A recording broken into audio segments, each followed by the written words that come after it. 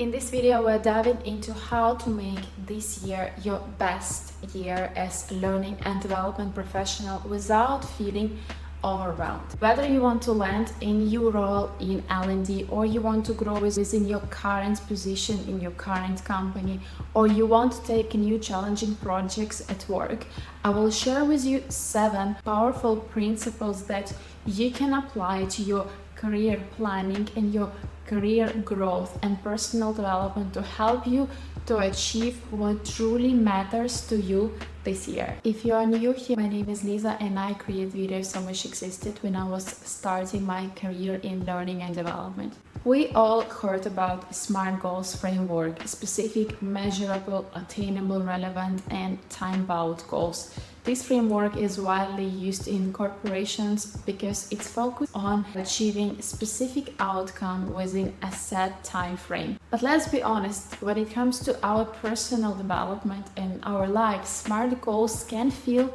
a bit rigid and overwhelming. Life isn't always linear and your growth doesn't always fit into neatly defined boxes, right? This is where intentions come into place. Unlike SMART goals, which focus on the future and the final result, intentions are about aligning your daily actions with your long-term vision. Intentions are more flexible and easy to adapt, helping you to focus on the present rather than solely in the future, while making steady daily progress to your goals without necessarily adding additional pressure. Here is an example of SMART goal that I see many people do quite often.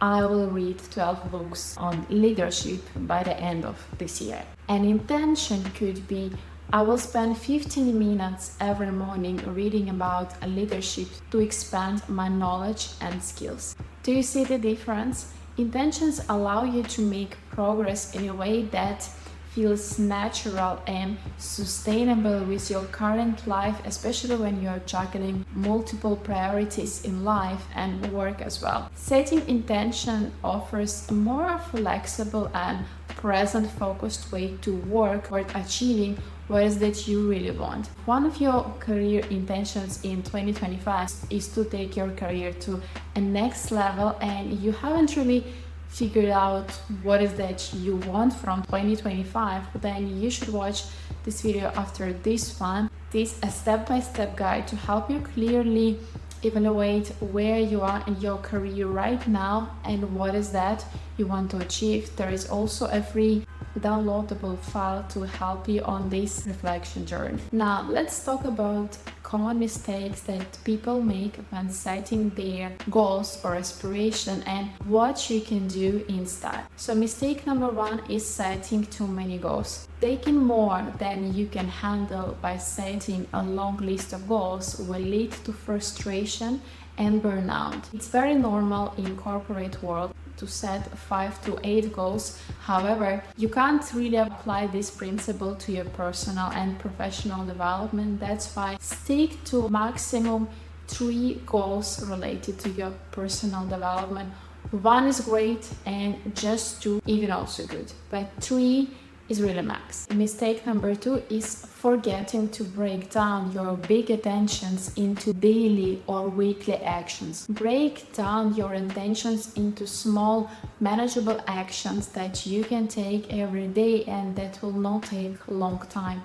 This makes your overall goal or intention feel more achievable and integrated in your daily life. Mistake number 3 is setting too rigid intentions or goals. Creating goals without flexibility can lead to feeling overwhelmed and defeated if life gets in the way. What you can do instead, you can use ranges to provide yourself some room for fluctuations and to adapt when life happens. For example, my intention is to exercise from 2 to 4 times a week, or I will find between 5 to 8 opportunities this year to present in public and practice my public speaking skills. Number 4, choosing boring or uninspiring goals. Setting boring goals that mean nothing to you and don't excite you really doesn't serve you good.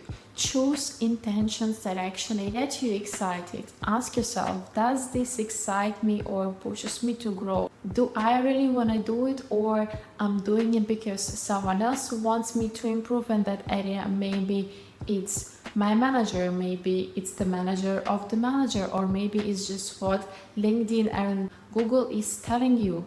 If you decide to spend your time on something to grow and to improve, it should be something that really makes sense to you and that excites you. Number 5 is not checking in on your intentions. Writing down your intentions is good, but if you don't schedule time to revisit them in the future, every Sunday or every quarter, set up a regular check-in process with yourself, at least monthly, to evaluate your progress and see how much you have achieved and make adjustments if necessary. Also, if you have an opportunity to share your intentions or goals with your mentor, your coach, or your friend for added accountability, that will be even better. Okay, number 6 is probably my favorite, and I see it happening a lot.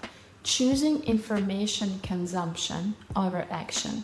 A common mistake that people make is setting goals to consume information rather than taking practical action based on what they have learned. I see many people saying, this year I want to read 12 books, 1 book a month. Sounds good, but my question is, what is the plan afterwards? How will you use the knowledge that you acquired? Or it's just about ticking the box for the sake of reading 1 book a month and then forgetting about it? The key is to ask what actions will result from this knowledge, what you are planning to implement from this leadership or self-help book. Rather than focusing on reading as many books as possible, it is far more impactful to focus on few books and truly absorb their lessons. This means you take notes, you reflect on what you have read, you identify actionable takeaways for yourself, and then you commit to implement these ideas or these steps. So perhaps by selecting 8 new practices or concepts and then integrating them into your work and life. This approach makes sure that knowledge transfers into meaningful change, and this applies specifically to self-help or professional development books. Of course, I'm not talking about fiction. Fiction is for enjoyment. If setting intentions feels too much for you right now and beyond your bandwidth for this year because you have so much happening in other areas of life, I highly suggest you to do a simple stop, start, and continue exercise. This is a simple yet very powerful framework that helps you to evaluate your current habits and align them with your future goals and intentions, even you don't set any formal goals or intentions. Here how it works. Stop. Identify behaviors or habits that are no longer serving you or hindering your progress. That could be distractions, inefficiencies, or unproductive routines. For example, stop answering emails after 8 p.m. to establish healthier work-life boundaries. Another example, stop spending excessive time on social media during work hours. When it comes to start, it's all about introducing new habits or practices that will help you to slowly move the needle in the direction that you want. This should be a specific action that you can integrate in your routine. For example, you want to start asking for feedback regularly from your manager or colleagues to identify your areas of growth and your strengths. Or you can start building deeper connections at work by having one meaningful conversation with one employee per week to know them better and understand their interests and where they come from. The final part is continue. Acknowledge the practices that you already have and that are working for you. Recognizing these strengths can boost your confidence and maintain the momentum even without setting any formal big goals. For example, continue checking with colleagues to foster and maintain strong relationships. Continue using tools or systems that help you to stay organized and productive.